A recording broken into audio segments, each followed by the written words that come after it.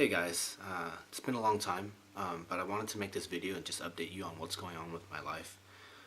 Honestly, it's been really hard, and long story short, my mom developed dementia at the age of 59. She's 61 now, and the past year and a half have just been the most difficult time in my life so far. It all started in 2018 with mood changes, behavioral changes, and an increasing number of falls and balance issues. She eventually began making significant mistakes at work, such as deleting files that she needed or things that she was working on, and at the end of 2018, in December, she voluntarily decided to quit her job to not be a burden on her coworkers. It progressed pretty quickly from there. From the beginning of 2019 to the end of 2019, my mom, who's normally a very joyful, happy, even-tempered person, she started developing these mood swings where she would have fits of rage, anger, she would cry for no reason, and all of these things were very out of character for her. Some days she would have these episodes of manically repeating the same phrases, nonsensical phrases to us, my dad, myself, over and over, sometimes for hours on end in the middle of the night and during the day. It actually took a huge toll on my dad, who was trying to balance a full-time job as a pastor at his church and also take care of her at the same time.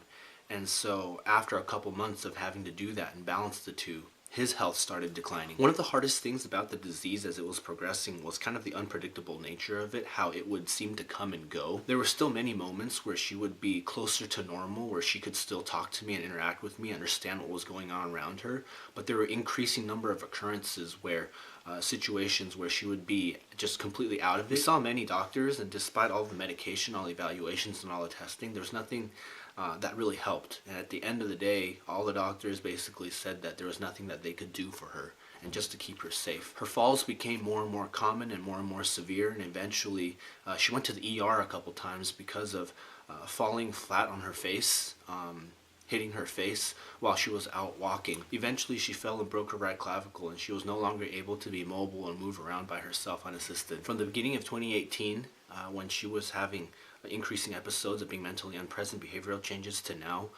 now she's not able to do anything unassisted. She has to be fed, she has to be bathed, she has to be helped to get out of bed. She has to be assisted in everything that she does. My dad eventually had to quit his job to take care of her. His health was starting to decline also. He had increasing episodes of high blood pressure, spiking heart rate. I had to take him to the ER a few times, finding someone to take care of mom in the middle of the night because he couldn't get his heart rate down and he felt tightness in his chest. And so it's been incredibly difficult, even though we're doing all we can. Feeding times are often super difficult. Sometimes she doesn't know that there's food in her mouth. She doesn't know to eat. She doesn't know to swallow or to chew. And so meal times can sometimes last upwards of a few hours. And sometimes, even despite our best efforts, we can't get her to eat at all. I think the hardest thing about this disease and its progression is the feeling of helplessness, that I can't do anything for her, that I can't do anything to help her improve the situation. And also its progression, it feels strangely fast but slow at the same time. I feel like I've lost her even before she's gone. You know, the good moments where she's aware and she understands and she can communicate with me, those times are becoming less and less, and it's being replaced by this version of her that I just don't know. And as the good times become less and less, I'm starting to realize that this is my reality now. This is the version of her that I see day in and day out. And so the version of her that I remember, the good version of her that I remember in my memory, my loving, caring, kind mother, is slowly being replaced in my mind with this version of her that I see day in and day out. And because of this, my huge fear is that I'm starting to forget how she really is and who she really is. And so it feels like, one, that I'm losing her because she's slowly starting to fade away, and two, I'm losing her a second time because of the way that I'm losing her in my memory. It's being replaced by this version of her that I don't know. And all of this even before losing her for the third time when she physically passes from this disease. It's been so hard, but to be honest, I can't say that there are no positives. Because of this, I've really had to grow up and face reality. I've had to do things that I wouldn't have done otherwise. One of the positives is I've had to help them get their affairs in order. A lot of you may have older parents that you interact with in the same way.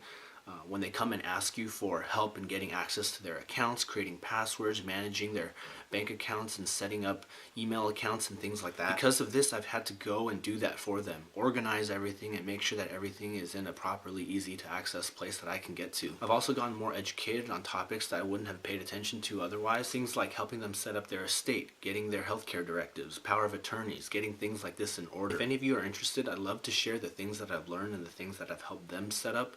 if I could help any of you, because I've learned that these things are inevitable. And so in a way, I'm thankful because I was forced to organize these things. I was forced to face the reality of the situation. And it forced me to organize these things for them while the disease was still progressing, while they were still present, rather than being faced with a situation where I had to take care of these things while I was trying to mourn. So there's so much more that I could share, but in the interest of brevity, I'm just going to end the video here. I had filmed a prior version of this video that ended up being like 25, 26 minutes long with, a lot more tears that I don't really think you guys need to see. But I just wanted to make this video to really hit the high points and let you guys know what was going on.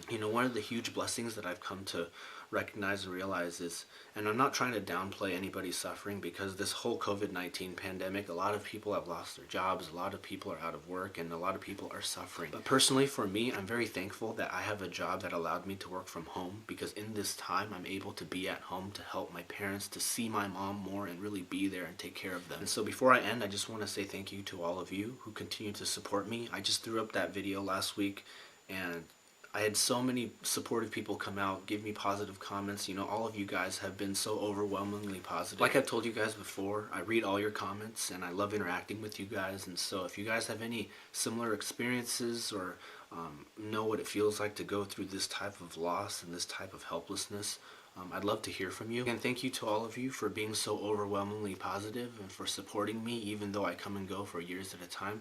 I really appreciate it.